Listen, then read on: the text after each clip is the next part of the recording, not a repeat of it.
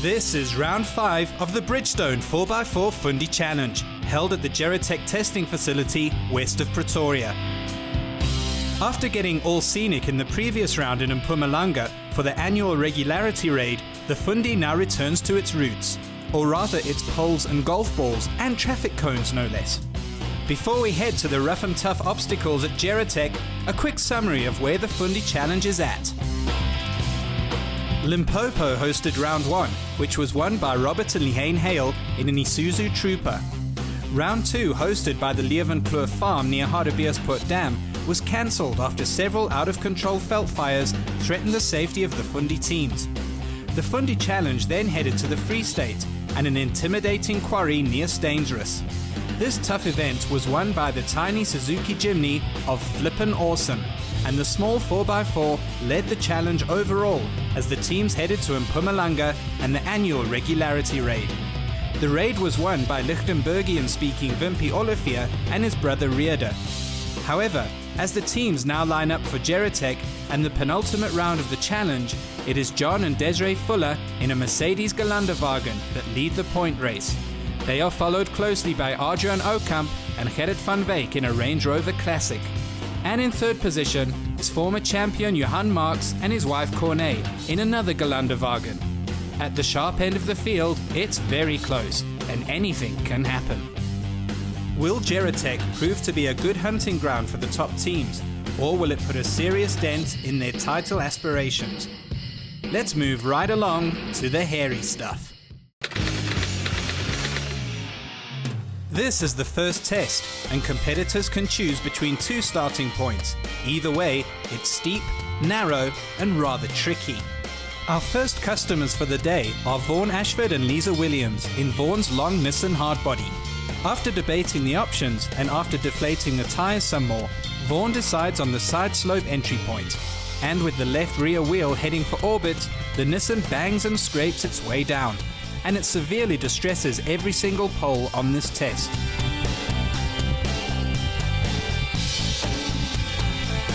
Oh, and he dislodges about 18 golf balls. Marius and Magdel Duplessis in a Toyota Fortuner V6 line up next. And Marius has also decided to go for the side entry. Theoretically, this should suit the short-ish Fortuner. Down goes the nose, and... whew, that seemed a bit too close for comfort. Marius gets through, but 2 balls were whacked. Driving a wide Land Rover Discovery, Marius Dreyer and Craig Roscher decide to take more of a straight option here. But will their one-pole strategy work?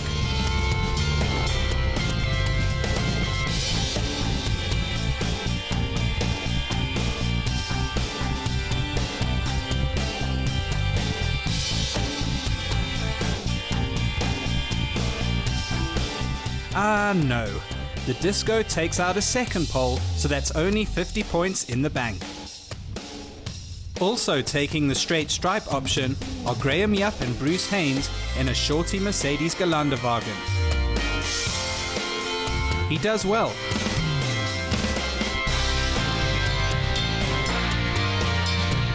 But that Merc is leaning. Phew, back she goes. After a promising start, the G-Wagon still takes out 1 ball. DNA Harbour and Kurt Gerber are in a Jeep Wrangler Unlimited. DNA decides to tackle the side slope. The long Jeep lifts wheels left, right, and almost center, and takes out more golf balls than Tiger Woods.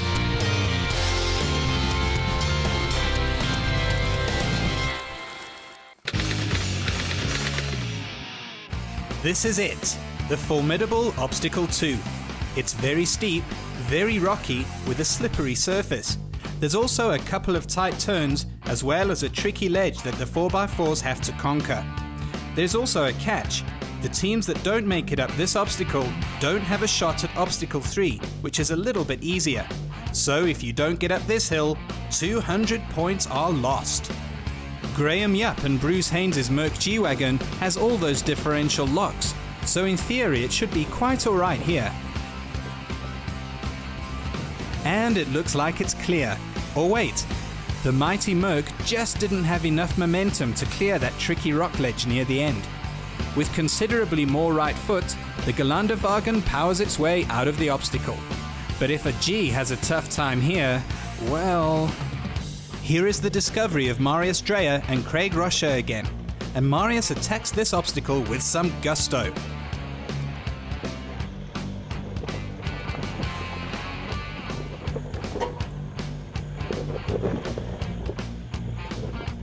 But crikey! The same ledge stops the Landy in its tracks. Marius gets the disco going again and powers his way over that hump of rock. The Landy has just about killed every pole along the way, but at least it's made it to the top. This is Kobus Brummer and Rudi Grobler in a Mahindra Thar. This Thar is fitted with a load of accessories, including a rear differential lock. So what's the plan, Kobus? Momentum. Okay, so we think he's going with momentum for this one. So let's see how that pans out. Well, that doesn't look very momentum-ish to me. And true's Bob, the Thar grinds to a halt.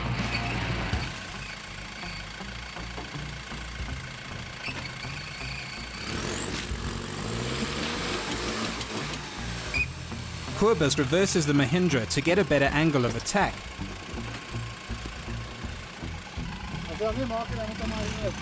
And...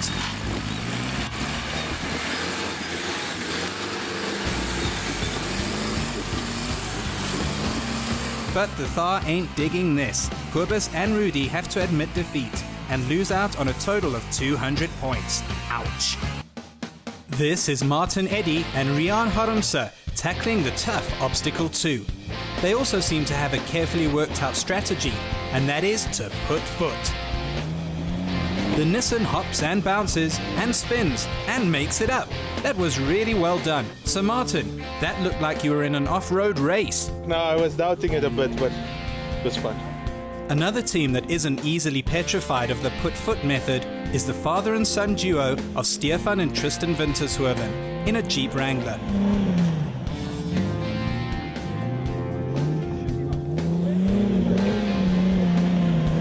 And so Stefan goes for broke and makes it up. However, the rally approach saw just about every golf ball on this obstacle die a fast and horrible death. This is Marcel Ferry and Martin Viljoen driving a Mercedes Gelandewagen. They also employ an unusual amount of momentum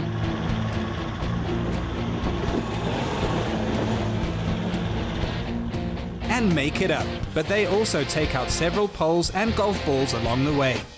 Here are defending champs Marco and Joe Marinkovic in another Gelandewagen. Let's see how they tackle this challenge.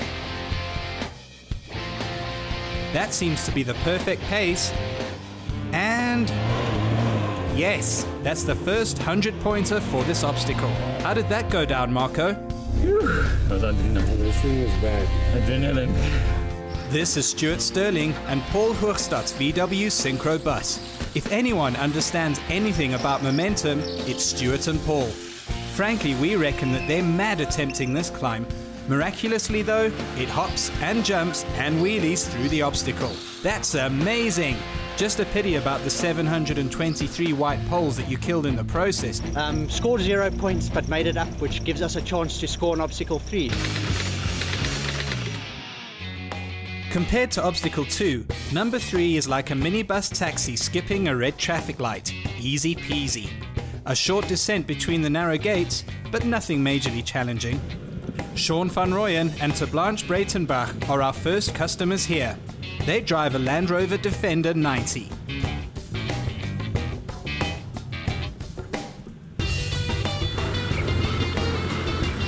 And they make it through without hitting anything. Oh yes, this seems to be much easier than Obstacle 2. With lots more action on the menu, let's skip right along to Obstacle 4. Okay, what's this? The Wintershoven Jeep towing Stuart Sterling's big brave bus? What happened, Stuart? With that big axle twister, I lifted a wheel, and with the lockers on the side shafts, actually, as soon as the wheel lands, it jams down and the shock loading snapped 2 of my front side shafts off and broke a rear seam. Right, so this is Obstacle 4. A difficult S-bend affair with narrow gates, ruts, and a very tricky exit. Brothers Corey and Francois Boss are first up in their single-cab Toyota Hilux.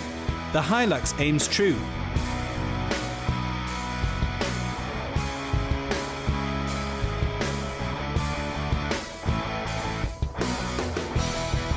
But no, the Toyota takes out a pole, or two. According to the marshals, only 3 out of the 22 teams have completed this obstacle with full marks so far. The Mercedes Geländewagen of Marcel Ferry and Martin Viljoen is next. Will the Merc score 100 points here?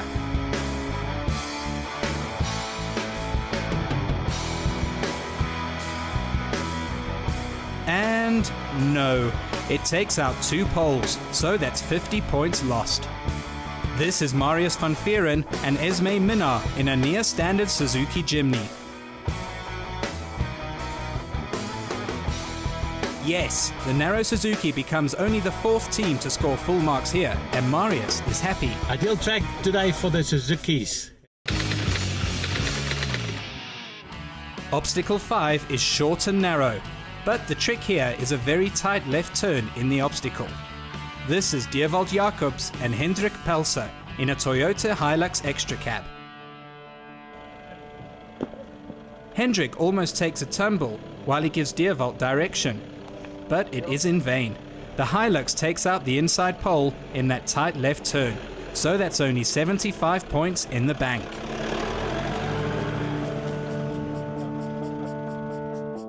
Vian Smith and Kobus van der Merwe are also in a Toyota Hilux. Let's see if they fare better than their extra cab colleagues.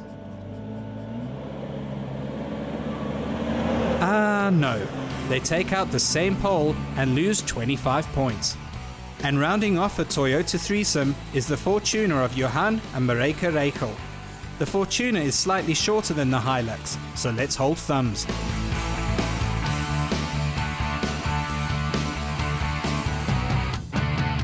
And the Reichels are through. It was by the width of a menorah blade that they missed that pole, but they bag 100 points. This is an obstacle with a difference. Crews have to tow a Toyota Hilux through a set course, through soft sand. After each gate, the handbrake in the Hilux is pulled up 1 notch, so the further the teams go, the more difficult it gets. First up is the powerful Jeep Wrangler of Stefan and Tristan Wintershoven. After hooking up the double Hilux, Stefan puts on his rally face and lets rip. Stefan decides to hook up a lower gear, but that causes the Jeep to bog down. He reverses slightly and tries again.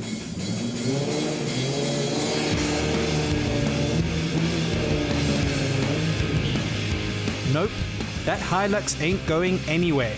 In the passenger seat, young Tristan isn't exactly jumping for joy, so that's 0 points for the Jeep Rally team. Next in line are Idmar Marx and Kobus Viljoen in a Mercedes Geländewagen. The diesel Mercedes is certainly not the most powerful 4x4 in this competition, so the situation looks a bit bleak. However, after scoring 100 points on all the obstacles up to here, Idmar and Kobus are sure to give it their best. Oh dear, they didn't get very far at all. Oh well, sometimes life is like a box of chocolates. You never know what you're gonna get. I think Muhammad Ali said that. Ach, shame. This is the Mercedes of Henry Dippenaar and George Schoenrath, and it's powered by the same diesel engine that is fitted to Idmar's green Geländewagen. Oh well, at least they're giving it a go.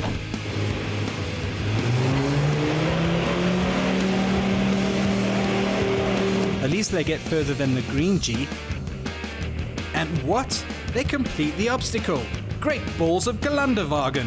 It was at this point that young Idmar, who had been watching his compatriots, realized that he'd forgotten to select low range before tackling this obstacle. Oh dear. At this point, it's important to note that the white poles went on strike after suffering much trauma, so they were replaced with brave traffic cones. This obstacle is based on cement, with a tough climb just before the exit. Here is Martin, Rian, and the Nissan off-road racing bakkie yet again. Martin ambles down into the dip, and then gives the hard body stick.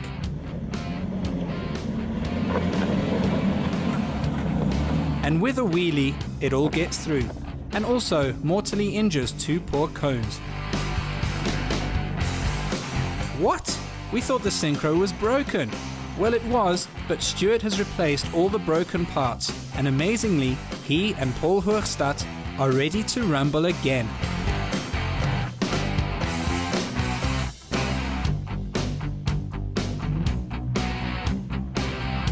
And as is tradition, Stuart also pops a wheelie.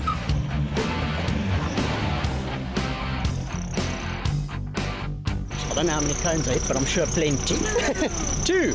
2's not bad. I'm impressed with 2. It's really good going. Obstacle 8 is also based on cement lined with cones. Here the teams have to negotiate a dip and a steep climb through them narrow gates. Amazingly, even a VW Synchro Plus can get through here, as Stuart and Paul demonstrate. This is Anton and Connie Kutsia in a Gelandewagen. For this obstacle, Connie is providing directions, and Anton follows the directions. Stop! Reverse! Well, sort of.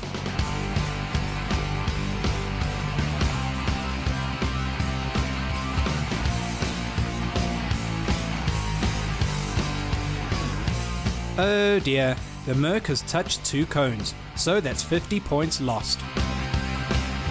This is Johan Swift and Dieter Skarp in a Jeep Wrangler Rubicon. Traction isn't an issue for the Jeep, but Johan and Dieter are worried about another matter. They also work out a cunning form of communication. Finally, the Jeep starts.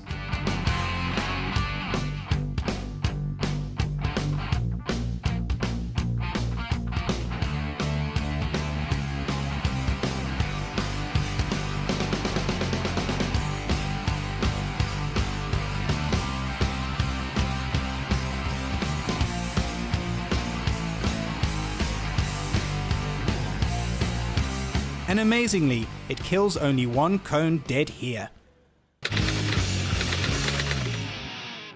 Johan and Dieter have made their way to obstacle 9, and here the co-driver has to suspend a bucket of water out of the window while the 4x4 drives over a rocky section, spill water and lose points. Thankfully, Johan has a brilliant plan. Maar asof dit wat daar binne is whisky.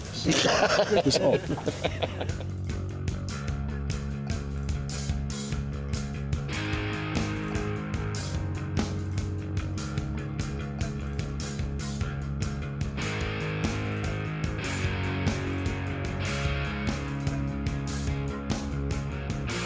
This is the rest of the Skarp clan, Werner and Armand. They're in a tricked-up Jeep Grand Cherokee, so the 4x4 obstacle is not an issue here. Instead, it's up to Armand in the passenger seat to look after the the water.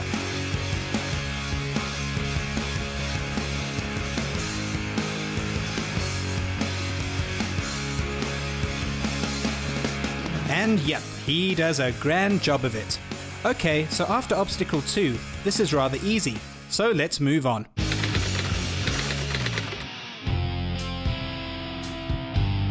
Here the teams can choose between 2 steep gradients. There's an easy one for 100 points, and a much more intimidating one for 150 points. Virtually all the teams opt for the 150 pointer. This is Chart Skierpers and Danny Daniels in a Mazda Drifter. Preferring the faster is better method, they go for the 150 point climb.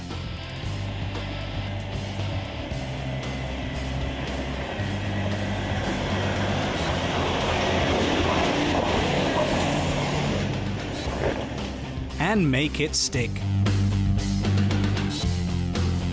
Yakunel and Monty Montgomery Suzuki Grand Vitara is equipped with an automatic gearbox, which should make the 150 point climb a dawdle.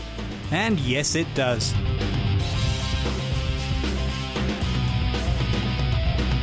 Marius van Veeren prefers to keep the revs of the 1.3 litre Suzuki Jimny in the red line district.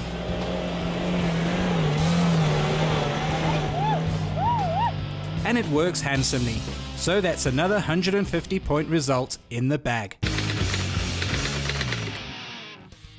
After this tough round, Bridgestone offer the Fundi teams a respite in the form of a bonus obstacle. Here the teams can make up some of the points lost earlier in the day. Still, it wasn't that easy. This track looks suitable for an elephant tank and not a road-going 4x4. Marius van Vieren and Esme Minna's little Suzuki skirts those big holes.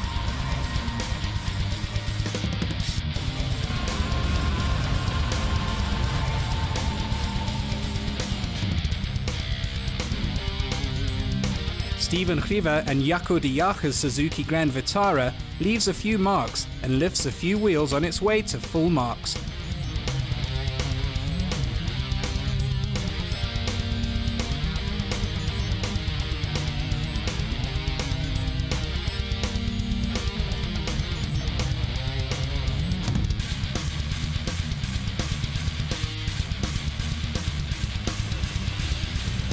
And John and Desiree Fuller's Shorty Galanderwagen hardly breaks a sweat.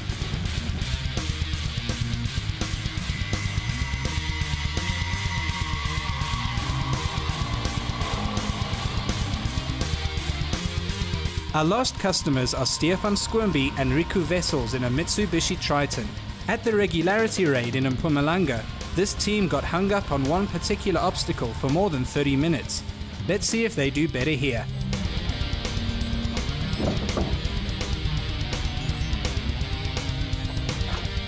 And yes, they do. Yeah, they did. And that, as they say in the classics, is that. And here are the winners.